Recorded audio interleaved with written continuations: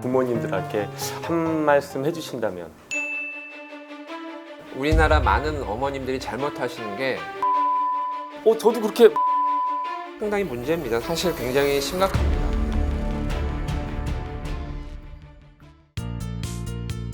안녕하세요. 안녕하세요. 반갑습니다. 네, 자 먼저 소개 좀 해주시죠. 네. 저는 서울대학교 어린이병원에서 네. 소아청소년과 소아소학의 영양분과에서 근무하는 문진수라고 합니다.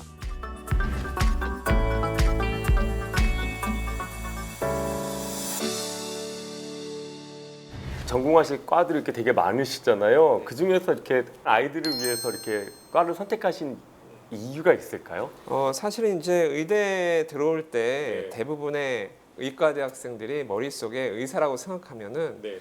외과 의사 또는 뭐 소아과, 내과를 생각하고 들어오는데요. 네. 저는 이제 의대 들어와서 그런 과들을 놓고 고민하다가 아이들이 네. 가장 밸류가 네. 가치가 가장 높다고 높은 것 생각했거든요. 같아서. 네. 아. 그래서 아이들의 건강과 생명이 가장 돌보는 데 있어서 가치가 높다 하는 생각으로 소아과를 선택을 하게 됐고 후회 없으신가요? 네, 후회 없었죠. 어. 그러니까 항상 애들만 보고 네. 지내면 그래도 쌓였던 스트레스도 풀리고 제가 돌보던 환자가 외래에 와서 웃고 가끔 또 달려와서 안기고 할 때는 쌓였던 게 다 이렇게 내려가죠.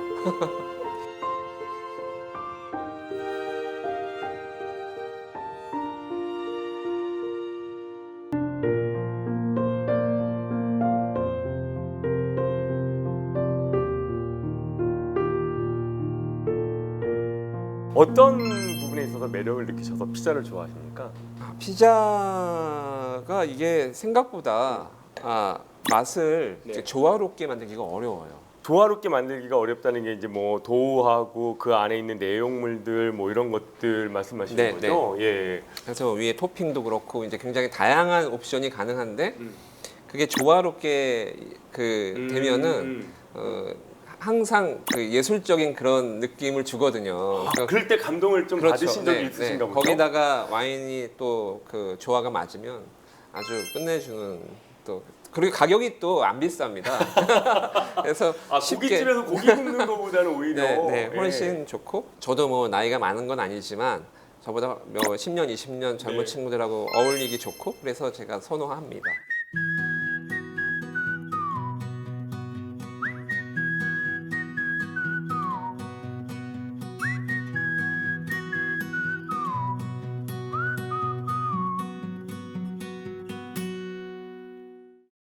좀 특이했습니다. 소화기 영양 이게 어떤 진료를 보는 그런 과입니까? 소개 좀 부탁드릴게요.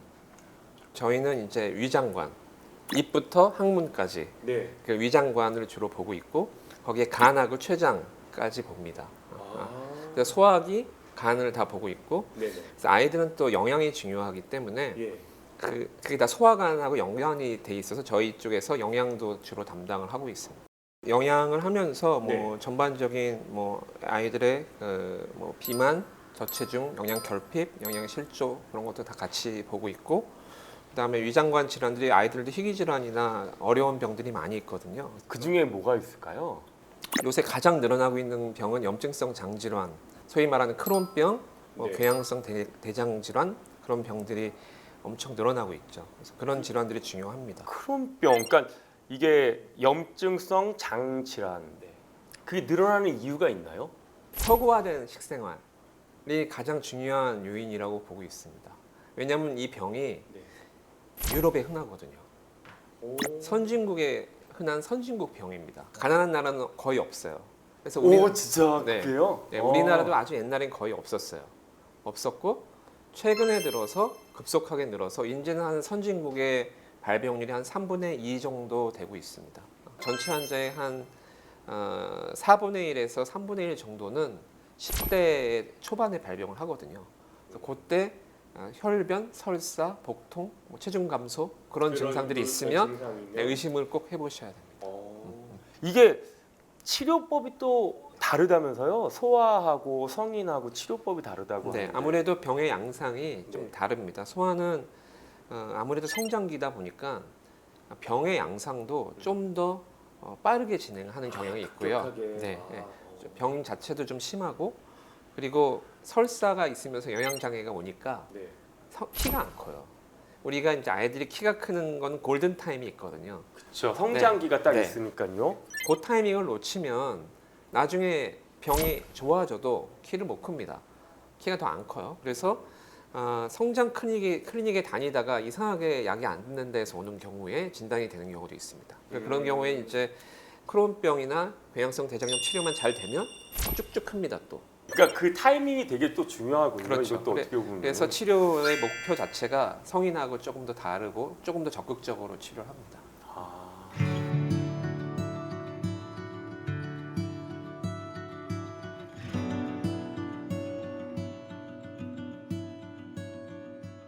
뭐를 좀 조심하거나 어떤 거에 대해서 이렇게 좀 알고 있으면은 소화 영양에 좀 도움이 될까요? 사실 이건 고급 팁이에요. 너무 중요합니다. 네, 이거 예. 이거는 굉장히 고급 팁이고 옛날에는 네. 귀족들이나 왕족들만 하던 노하우인 겁니다. 가장 중요한 거는 아기가 엄마 뱃속에서부터 처음 생겼던 네. 수태부터 생후 2돌 24개월 24개월. 그게 대략 1000일이 됩니다. 네. 3년쯤 되거든요. First 1000 days 생후 첫 1000일 네. 그 시기가 인생을 결정하는 시기거든요. 인생을 결정한다는 건 건강 상태, 건강과 모든 정신적인 거 뭐 다 하겠네요. 기본적인 그 아이가 평생 살 시스템이 그때 완성이 돼요. 그래서 우리가 옛날에 태교가 중요하다. 네. 그게 다 틀린 말이 아니거든요. 태교. 그다음에 그 이후에 2돌까지 엄마 모유 수유, 예. 그다음에 유아식 그런 것들이 아이들을 만든다는 거죠. 어떤 깊은 연관이 있습니까? 우리가 생각하는 것보다?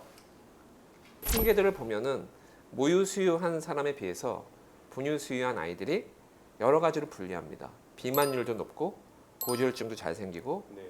암 발생률도 높고 천식도 잘 생기고 심지어 브라질에서 한 연구는 네. 20대에 대학 가는 확률도 달라지고 30대 직업 소득의 소득 격차까지 생깁니다. 모유로 그 1000일이라는 시간이네요. 어떻게 보면은. 뭐 그걸로 100% 설명할 수는 없겠지만 하여튼 뭐 1000명, 10,000명을 갖고 통계를 내봤더니 네. 그런 차이가 나더라. 와, 이런 그 1000일이 또 아이의 대학을 들어가는 것도 상관이 있다고 하니까. 그래서 제가 아까 맨 처음에 말씀드렸지만 소아과가 밸류가 있다는 것이 가장 적은 노력으로 길고 큰 영향을 오랫동안 줄 수가 있거든요. 그래서 어릴 때 작은 노력과 작은 투자를 하면 한 그게 걸로 그 평생 아이가 해줄 수 있는 거기 때문에 개인적으로나 사회적으로나 국가적으로나 요 시기에 집중을 할 필요가 있어서 네. 세계보건기구나 뭐 개발도상 국가도 요 시기는 집중을 합니다. 가성비가 높아서 처음 1000일 동안에 집중을 하는 것이 나중에 얻어지는 게 훨씬 크다는 것은 입증이 돼 있습니다. 아이를 기르는 이제 부모들이 아무래도 많이 오실 것 같은데 영양학적으로 어떤 점들을 좀 신경을 써주면 그 1000일이 지난 다음에도 이제 성장해 나가면서 네. 탄산음료 안 먹고 뭐 이런 네. 거 말고도 뭐가 있을까요? 이게 먹는 거는 사실 이제 즐거움이잖아요. 그 다음에 먹는 걸 배우는 거거든요. 네네. 그래서 아이들한테는 중요한 포인트가 엄마 아빠랑 같이 한 테이블에서 먹는 거를 강조합니다. 네. 그 테이블에서 같이 다양한 음식을 먹는 걸 보여주고 애들이 보고 배우는 거거든요. 부모들이 편식하는 사람 또 의외로 많잖아요. 네. 그런 게 아이들한테 영향이 있을까요? 영향이 엄청 많죠. 네. 그게 결국은 생활로 보여주는 거가 굉장히 중요하거든요.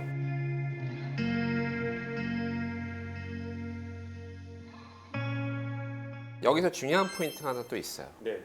시기가 중요합니다. 식감이 발달하는 시기가 있는데 식감이 발달해요? 이유식 먹을 때인가요? 이유식이 중요합니다. 네. 그래서 보통 이유식 할 때는 갖은 뭐 채소나 고기류들, 네. 뭐 생선류들 이런 걸로 많이들 만들잖아요. 그게 네. 다양하게 먹는 건 좋은데 우리나라 많은 어머님들이 잘못하시는 게 죽으로 만들어서 줘요. 저도 그렇게 막 죽 써서 만들. 처음엔 그렇게 해도 되는데 예. 빠른 단계에 고형식으로 넘어가야 돼요. 그래서 하나하나 맛을 봐서 음식의 질감, 음식의 느낌, 각각의 맛을 알게 해줘야 편식이 줄어들어요. 이미 다 연구가 되어 있고 그것이 완성되는데 첫 돌에서 두 돌 사이에 그것도 완성이 돼요. 그것도 어떻게 보면은 그것도 천일이 아까 말씀하신 천일의 기적 뭐 이런 거랑 비슷한 거네요. 그 시기가 지나면은 아이들도 엄청 고집이 세지거든요. 예. 자기 기질이 완성돼서 절대 자기가 싫어하는 거 안 먹게 돼요. 그래서 그걸 고쳐주고 자리 잡게 해주는 데는 두 돌 이전에 그런 것들이 완성되게 도와줘야 되는데 보통은 그래서 돌 전에 이미 다양한 음식들을 먹게 해주죠. 먹게 저희들이. 해주고 예. 네, 그래서 요새는 이제 그 손가락 음식 핑거푸드라고 해가지고 만져서. 식재료를 직접 갖고 놀다가 입에도 넣고 뱉고 하면서 아이가 경험을 하게 해주는 거를 강조합니다. 다양한 음식을 질감을 느끼게 하시고 맛을 느끼게 하고 따로따로 거부감, 네. 지금 이렇게 다 섞어서 한데 하는 거는 추천하지 않으신다는 얘기시죠? 그건 초기에만 이제 이유식을 길들일 때만 쓰는 거고 그 다음부터는 다양한 음식을 빨리 먹는 게 좋습니다.